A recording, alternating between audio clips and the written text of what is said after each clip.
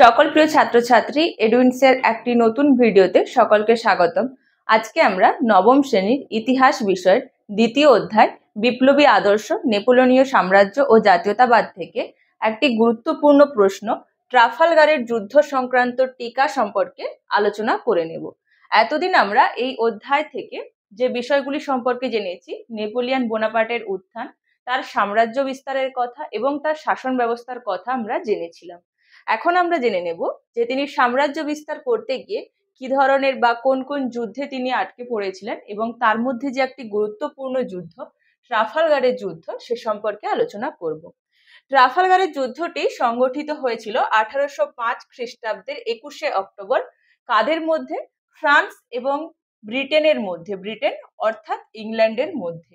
ইংল্যান্ডকে সমুদ্রের রানী বলা হয় কারণ ইংল্যান্ডের নৌবাহিনী ছিল অনেক শক্তিশালী। ফ্রান্স তার সৈন্য শক্তির বা সৈন্যবাহিনীর দিক থেকে শক্তিশালী হলেও, নেপোলিয়ন সৈন্যবাহিনীর দিক থেকে জয়লাভ করলেও ইংল্যান্ড কিন্তু নৌবাহিনীর দিক থেকে শ্রেষ্ঠ ছিল। যে কারণে কিন্তু নেপোলিয়ন বারবার ইংল্যান্ডের কাছে নৌযুদ্ধে পরাজিত হয়েছিল। আমরা এর আগে আলোচনার সময়, যখন নেপোলিয়নের উত্থান এই ভিডিওটিতে আলোচনার সময় আমরা দুটি যুদ্ধের কথা জেনেছিলাম ব্রিটেনের সাথে নেপোলিয়নের, যার মধ্যে একটি হলো পিরামিডের যুদ্ধ, আরেকটি হলো নীল নদের যুদ্ধ। যেখানে পিরামিডের যুদ্ধে ফ্রান্স এবং ব্রিটেনের মধ্যে যুদ্ধে ফ্রান্স বা নেপোলিয়ন জয়লাভ করলেও নীল নদের যুদ্ধে কিন্তু তিনি পরাজিত হয়েছিলেন।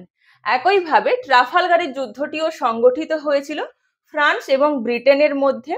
এর মূল উদ্দেশ্য কি ছিল না, নেপোলিয়ন ফ্রান্স এবং স্পেনের কিছু কিছু বন্দরের ওপর ইংল্যান্ডের আধিপত্য ছিল। তো এই ইংল্যান্ড তার নৌ অবরোধ জারি রেখেছিল ফ্রান্স এবং যে স্পেনের বন্দরগুলি ছিল সেগুলির ওপর। যে কারণেই তিনি ফ্রান্স এবং ইংল্যান্ডের নৌ বন্দরগুলির ওপর নৌ অবরোধ তুলে দেওয়ার জন্য বা সেই নৌ অবরোধকে ভঙ্গ করার জন্যই তিনি এই অভিযান চালিয়েছিলেন। তার আরো একটি উদ্দেশ্য কি ছিল না, ইংলিশ চ্যানেল অতিক্রম করা। নেপোলিয়ন ইংলিশ চ্যানেল কেন অতিক্রম করেছিলেন?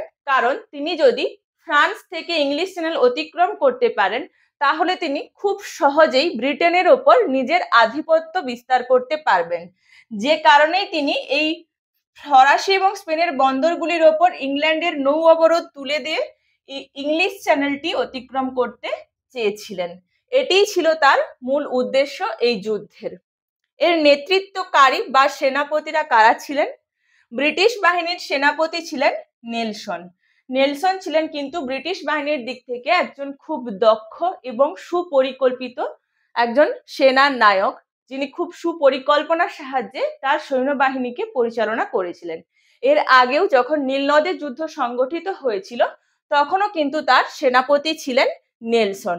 এই যুদ্ধে মাত্র 27টি জাহাজ তিনি পরিচালিত করেছিলেন বা 27টি জাহাজ নিয়ে ইংল্যান্ড ফ্রান্সের বিরুদ্ধে যুদ্ধে এগিয়ে এসেছিলেন এবং এই 27টি জাহাজ কিন্তু তুলনামূলকভাবে ফরাসি জাহাজের তুলনায় অনেক ক্ষুদ্র ছিল। 1 নম্বর পয়েন্ট আমরা এখান থেকে জানতে পারছি। তাহলে সেনাপতি কে ছিল না, নেলসন। তিনি 27টি জাহাজ নিয়ে এগিয়ে এসেছিলেন এবং নেলসনের যুদ্ধ পরিচালনার যে অঙ্কন ছিল সেটি অনেকটা টি আকৃতির, কারণ তিনি যে তার সেনাবাহিনীকে দুটি ভাগে বিভক্ত করে পরিচালিত করতেন। যদি আমরা মনে করি যে এটি ফরাসি বাহিনী, সোজাসুজিভাবে ফরাসি বাহিনীর অবস্থান, তো সে জায়গা থেকে তিনি তার বাহিনীকে দুটি ভাগে বিভক্ত করে টি আকৃতিতে পরিচালন করেছিলেন, কারণ তিনি চেয়েছিলেন যে এই দুটি বাহিনী সোজাসুজি যদি এসে ফরাসি বাহিনীকে আঘাত করে তাহলে এই বাহিনী 3টি ভাগে বিভক্ত হয়ে যাবে। প্রথম ভাগটি যদি আঘাত করে তাহলে এখানে একটি ভাগ এবং তারপরে এইভাবে 3টি ভাগে বিভক্ত হয়ে যাবে। 3টি ভাগে কিন্তু বিভক্ত হওয়ার কারণে তারা একত্রিতভাবে কোনো শক্তি বল প্রয়োগ করতে পারবে না এবং শক্তি বিচ্ছিন্ন হওয়ার কারণে তারা অনেকটাই দুর্বল হয়ে যাবে। যে কারণে পরিকল্পনা করেই কিন্তু তিনি এই সৈন্যবাহিনীকে দুটি ভাগে বিভক্ত করে দিয়েছিলেন। এই যে ব্রিটিশ বাহিনীকে তিনি দুটি ভাগে বিভক্ত করেছিলেন, তাদের দুটি জাহাজের নাম ছিল HMS ভিক্টরি এবং HMS রয়্যাল। এই দুটি জাহাজেই পরিচালনা বা সেনাপতিত্ব করেছিলেন নেলসন এবং দুটি জাহাজের নাম ছিল HMS ভিক্টরি এবং HMS রয়্যাল। এবং নেলসন তার যারা সেনা ছিল তাদের মনোবল বৃদ্ধি করার জন্য কিন্তু তিনি বিভিন্ন ধরনের উক্তি বা তাদেরকে উৎসাহ দেওয়ার জন্য নানান ধরনের কাজ করতেন। তার কাছে অনেক ক্ষুদ্র জাহাজ থাকলেও সুপরিকল্পনার মাধ্যমে কিন্তু তিনি ফ্রান্সকে পরাজিত করেছিলেন। অপরপক্ষে ফরাসি সেনাপতি ছিলেন ভিলেন উফ, যিনি 33টি জাহাজের সাহায্যে নেতৃত্ব প্রদান করেছিলেন। ফরাসি সেনাপতি ভিলেন উফ মাত্র 33টি জাহাজ নিয়ে তিনি এগিয়ে এসেছিলেন। এই 33টি জাহাজ 27টি জাহাজের তুলনায় অনেক বড় আকৃতির এবং যারা সেনা ছিলেন ওই সৈন্য সংখ্যাও অনেক বেশি হওয়ার পরেও কিন্তু ফরাসিরা এখানে পরাজিত হয়েছিল, কারণ তাদের যুদ্ধ পরিকল্পনা সঠিক ছিল না। যেই যুদ্ধ পরিকল্পনার সাহায্যে নেলসন জয়লাভ করেছিলেন, ফরাসিরা পরাজিত হয়েছিল। তাহলে এখানে ফরাসি সেনাপতি কে ছিলেন? ভিলেন উভ। এর গুরুত্ব বা এই যুদ্ধের গুরুত্ব কি ছিল? প্রথমত, নেলসনের মর্যাদা অনেকটাই বৃদ্ধি পেয়েছিল। তিনি যখন নেপোলিয়নের মতো একজন সেনানায়ক, যিনি সমগ্র ইউরোপে সাম্রাজ্য বিস্তারের স্বপ্ন দেখছেন বা সমগ্র ইউরোপে নিজের আধিপত্য বিস্তার করছেন, সেই রকম একজন সেনানায়ককে নেলসন পরাজিত করেছিলেন, সে জায়গায় নেলসনের মর্যাদা কিন্তু অনেকটাই বৃদ্ধি পেয়েছিল। দ্বিতীয় গুরুত্ব কি ছিল না, ফরাসি নৌশক্তির দুর্বলতা প্রকাশ পেয়েছিল। আমরা আগেই বললাম যে ইংল্যান্ডকে বলা হয়ে থাকে সমুদ্রের রানী, কারণ ইংল্যান্ডের নৌশক্তি ফ্রান্সের তুলনায় অনেকটাই বেশি এবং তাদের যে নৌ পরিচালনা বা সৈন্যবাহিনীর যে পরিচালনা সেটা কিন্তু অনেকটাই সুপরিকল্পিত, যেটা এখানে বা এই যুদ্ধের মাধ্যমে প্রকাশ পেয়েছিল। তৃতীয় কি না, মহাদেশীয় অবরোধ ব্যবস্থার প্রচলন। মহাদেশীয় অবরোধ ব্যবস্থা প্রচলন কে করেছিল?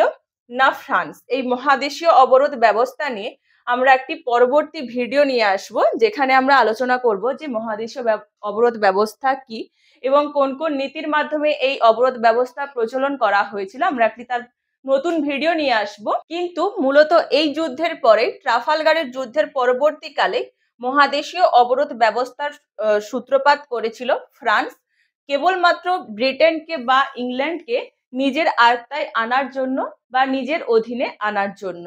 তাহলে এই ভিডিওর মাধ্যমে আমরা আলোচনা করে নিলাম ট্রাফালগারের যুদ্ধ কবে হয়েছিল, তার উদ্দেশ্য কি ছিল, কে কে তার নেতৃত্ব প্রদান করেছিলেন এবং যুদ্ধের পরিকল্পনা কেমন ছিল ও এই যুদ্ধের গুরুত্ব কি সে সম্পর্কেও আমরা আলোচনা করে নিলাম। আমাদের আজকের ভিডিওটি এই পর্যন্তই। ভিডিওটি কেমন লাগলো জানিও। যদি কোনো প্রশ্ন থাকে কমেন্টের মাধ্যমে জানাতে পারো।